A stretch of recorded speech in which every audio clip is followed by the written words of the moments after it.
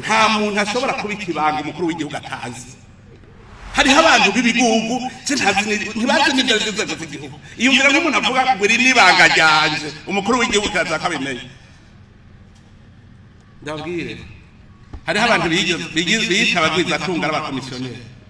umunsi umwe aragara ku buryo yanga ko inzego z'igihugu zishobora kumukorerako araga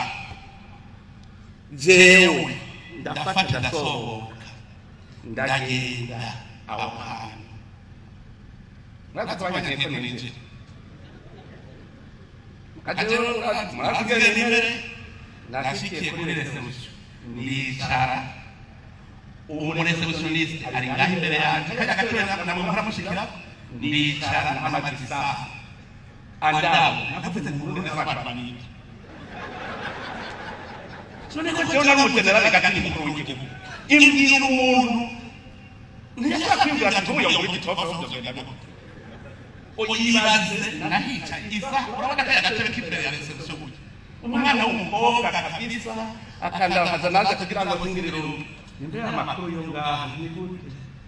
ni sawa akazi kagenda neza ego none nari amakuru ngo bose ntarazi aranyisarika isaha yose ngo bose ntarazi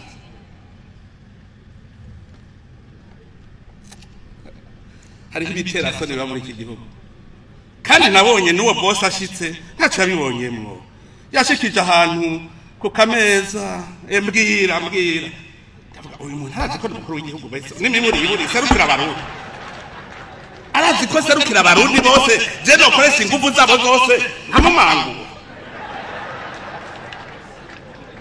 reka bene igihugu bampaye igufuri ry'amategeko nshatse ndaza nkugara nkurikije amategeko abene igihugu bampaye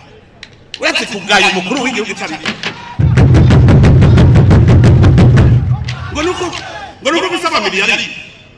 hari n'abandi baca bihaya ngo umukuru w'igihugu adatunze gusa umukuru w'igihugu ngo nta mukuru w'igihugu atagira umuliyaridi dore uwufise aba miliyaridi niwe mukuru w'igihugu akagara neza murumva ko igihugu cyatembagaye ngaha aho bibaza ngize ngo ubu rero nshaka kumenya ibikorerwa ngaha neza ngo hariho ibintu by'amabanga ngo turashobora kudivirika ambwira jewe uyu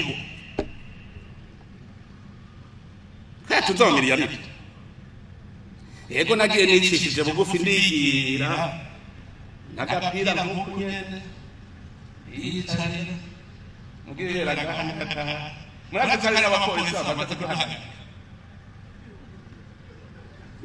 abapolisi n'abavuga ngo ufise jipe nziza nk'iyi ukagenda uko nyene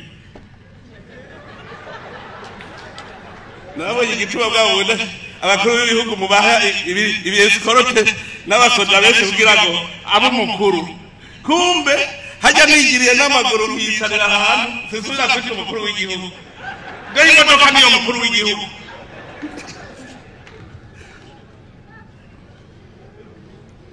imodoka niyo yabaye umukuru w'igihugu nkaya dogoga yatwara Yezu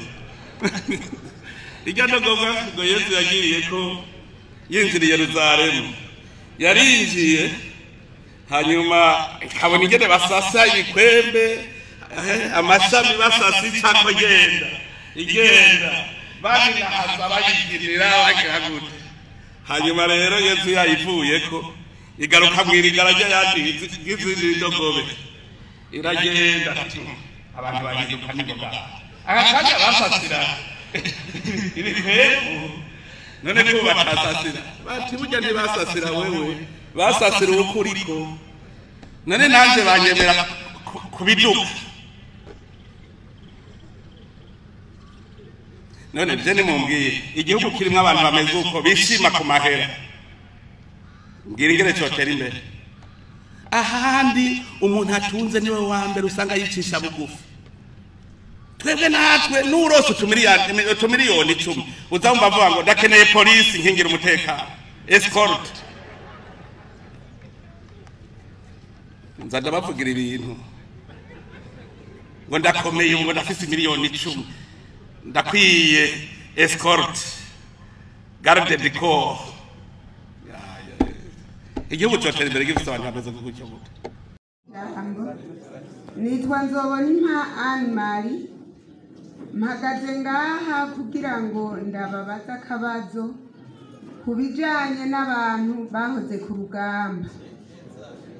Twebwe abantu bahoze ku rugamba hariho ibibazo byadushikiye bijanye n'uko mwatwibagiye kandi muzi twaragendanye. Nk'akarorero, igihe cyose twaba duhejeje seye mu kibira hariho inama twagira tukavugana ko tutazibagirana, Imana niyaduha igihugu cyacu kigasubira ku rutonde. Ico gihe niho amasezerano yacu twayagiranira duhejeje seye. Hariho igihe cyabaye turi muri kantonema, mwaraje twibaza ko mwadusanze turi muri kantonema ico gihe iburamata, muratubarira ko ngo ntituzotaha nk'abagiye kuragirira narume, ngo muzama mutwibuka igihe cyose. Twaraciye mu ngorane nyinshi turi kumwe murabizi, ariko icyadutangaje ni uko ubukene bwatwugarije, namwe muca muradusonga buri gihe cyose tukumva ngo hariho lisansuma y'abahoze ku rugamba. Abakecuru aho tugereye, abatama bava kure bagafata amamoto tikumbure, bamwe twasangira bibi, ubu ko hari ku mutemere mwiza baratwibutse. Tukarorera iryo yandikwa ry'agasakisaki ataco turi buri kuremo tukabura.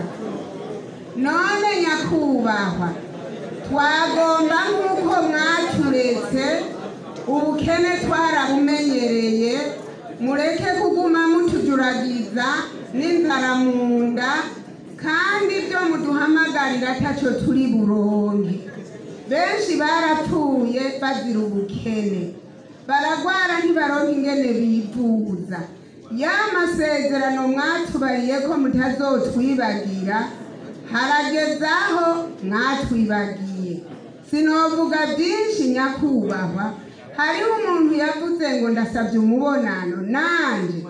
mwoduha umubonano mwoba mukoze, kuko hariho ibanga dufitaniye